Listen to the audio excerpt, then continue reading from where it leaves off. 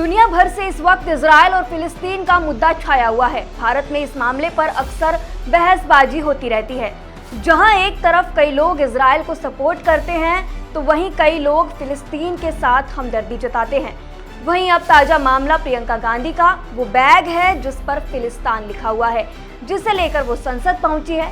लोग जमकर इस पर प्रतिक्रियाएं दे रहे हैं। कई लोग कह रहे हैं कि कांग्रेस का एक बार फिर फिलिस्तीन प्रेम उभर कर सामने आ रहा है। बीजेपी ने प्रियंका गांधी पर हमला किया है। केंद्रीय मंत्री एसपी सिंह बघेल ने कहा कि प्रियंका मुस्लिम वोट के तुष्टीकरण के लिए फिलिस्तीन लिखा बैग लेकर संसद पहुंची है।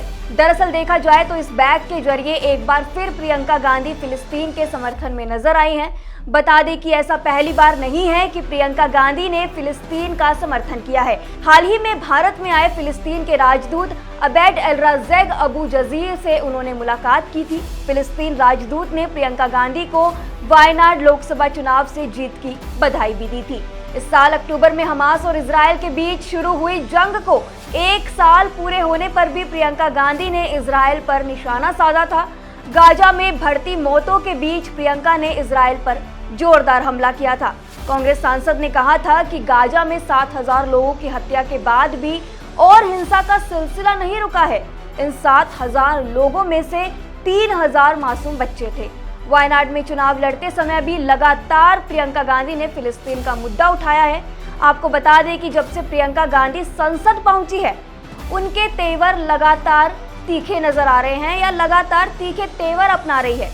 सरकार पर लगातार हमला बोल रही है। कभी पीएम मोदी के भाषण को बोरिंग बताती हैं तो कभी अमित शाह की नकल उतारते हुए नजर आती हैं।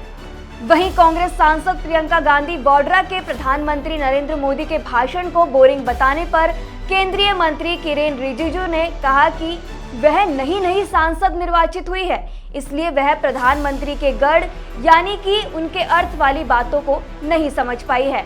वहीं संसद में प्रियंका गांधी ने वायनाड का मानव वन्य जीव संघर्ष का मुद्दा जमकर उठाया है। अब आप खुद सुनिए उन्होंने इसको लेकर क्या कुछ कहा। Honorable Speaker, sir, I would like to add to the question on the animal-man conflict. In my constituency of Wayanad, in the last 1 year, 90 people have been affected by this conflict, and just yesterday there was an attack by wild animals, by a wild elephant on someone.